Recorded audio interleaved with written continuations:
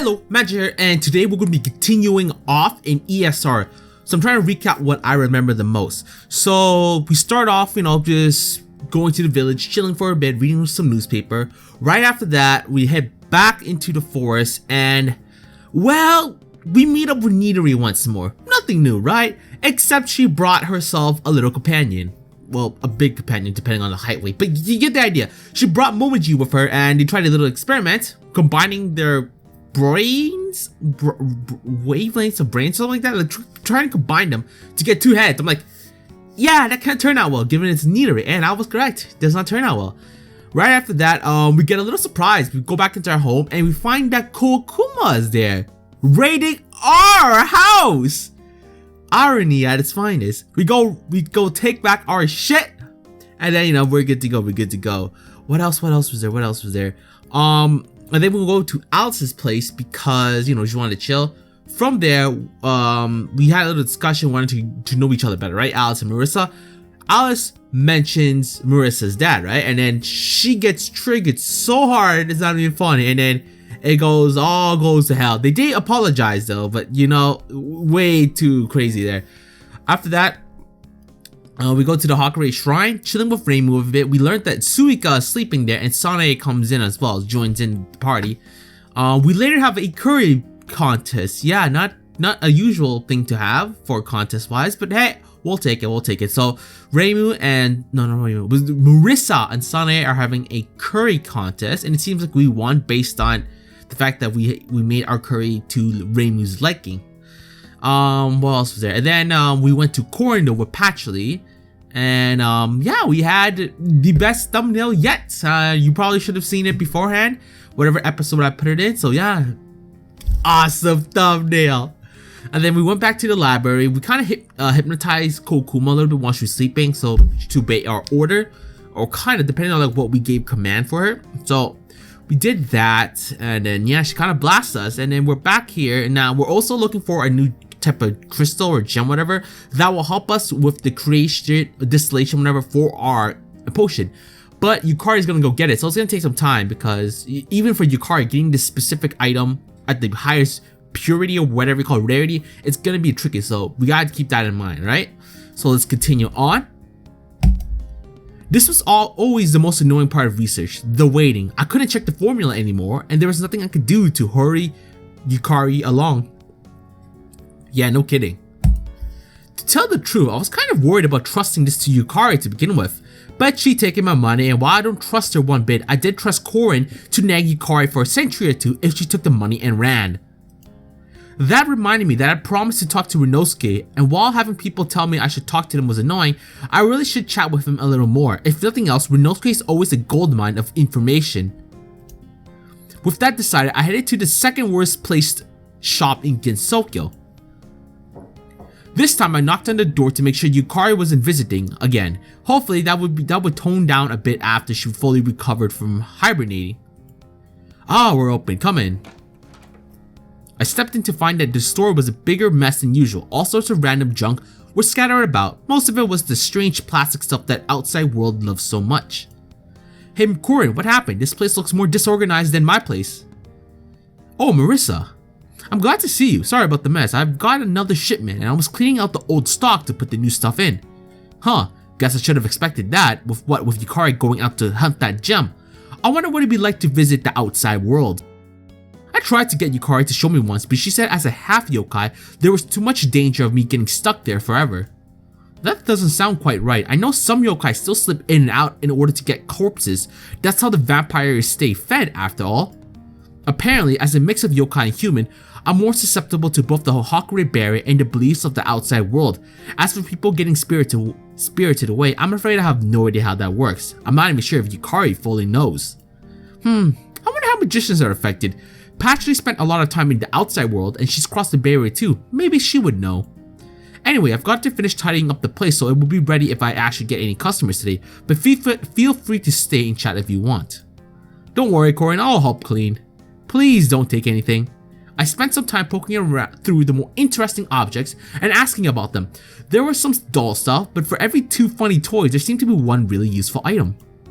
I was actually surprised at how many of the outside objects he was able to explain. Maybe he learned some more from Yukari, or maybe my talks with Nidori and Sanae had given me the knowledge to start to understand the explanations.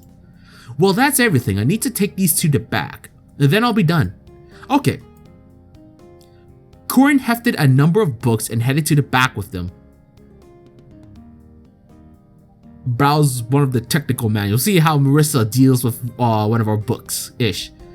I flipped through one of the technical manuals while Rinnosuke was out. Apparently, people in the outside world was trying to store memories in clouds. Cloud storage, probably? iCloud or whatever? Okay, that sounded off, but maybe I still needed to learn more before I could read this book. Hey Marissa, I found these in the back. They look like your notes. Huh?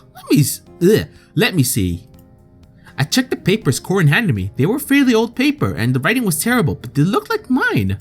Man, how old are these? I haven't even mastered kanji yet.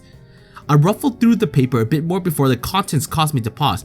I quickly reread the notes to confirm my suspicions. Wait, necromancy? Why was I working on necromancy? I know enough to talk to Mima and other ghosts, but still, that's not my field. Oh, so it's those notes. That's why I had them. Huh? What are you talking about? You don't remember, do you? I'm not sure if she would be happy or sad to hear that. What? Are you talking about Mima? She's not gone yet, you know? I can still summon her. You really have completely put that out of your mind, haven't you? Marissa, this is why I'm worried about your immortality potion. You never seem to deal with your problems directly. You just forget about them. Oh boy, this is gonna be fun. Anger surged through me. There it was again. Damn it, Kourindou, I didn't think you would be someone who'd think becoming a yokai was something so terrible that only madmen would consider it, or is it because you want to be human? Marissa! Whoops, looks like I went overboard. I'm sorry, but you need to explain. I'm tired of the whole you should remember what you were doing over 15 years ago bit, but I'm really tired of the being human is special line. Very well. I admit I've always been curious as to what it would be like to be human, and being human is special, but I wouldn't like to have a human lifespan, so I'm not judging you on that. As for that spell, I remember it well because I was the one who stopped your research and instead convinced you to look into immortality. What? My mouth had gone dry and I was starting to tremble. Was I scared? Why was I scared? I didn't even know what he was talking about. I must have been, what, 5? What big event happened when I was...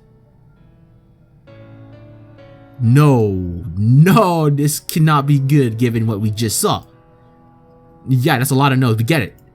So you figured it out. I suppose you were too smart to fool yourself forever. Don't say it. It was because your mother had just died.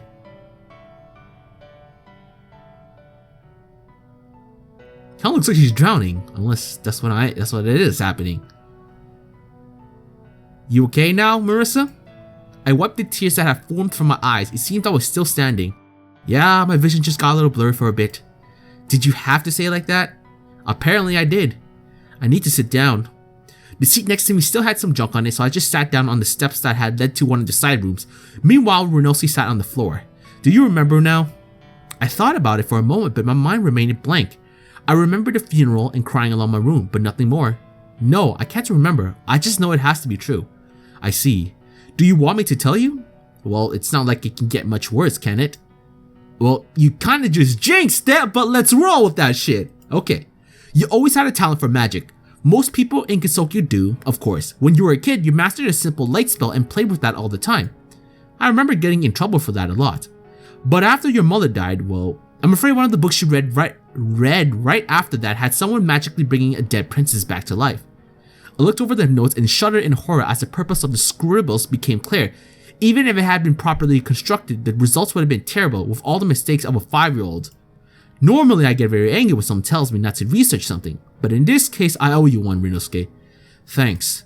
I'm still not sure why you're so uptight about me becoming a magician though. I think I've caused enough trouble for today. We'll talk about it more later, okay? Yeah, I suppose I've had my dosage of shocking revelations for the week. Still, it's weird. I don't feel sad anymore. I don't feel much at all. Well, we can talk about it more later. Mind if I sit here for a bit longer? I'll get some tea. Kourindou quickly returned with some black tea. The strange bags next to the cup showed it was that instant tea that I had dropped in from the outside. I tried a sip. The stuff isn't that great. Well, it was a rush job. I suppose so. Still, I wonder why instant tea doesn't taste as good. It's mostly the same stuff. Well, obviously it's because... Did we skip it? Yeah, we skip it. Well, we chatted aimlessly for a little while longer, but until I felt ready to head home. See you, Korin. Don't be a stranger, Marissa, and don't just stop thinking about this immortality thing because you're waiting for the potion. Sure thing.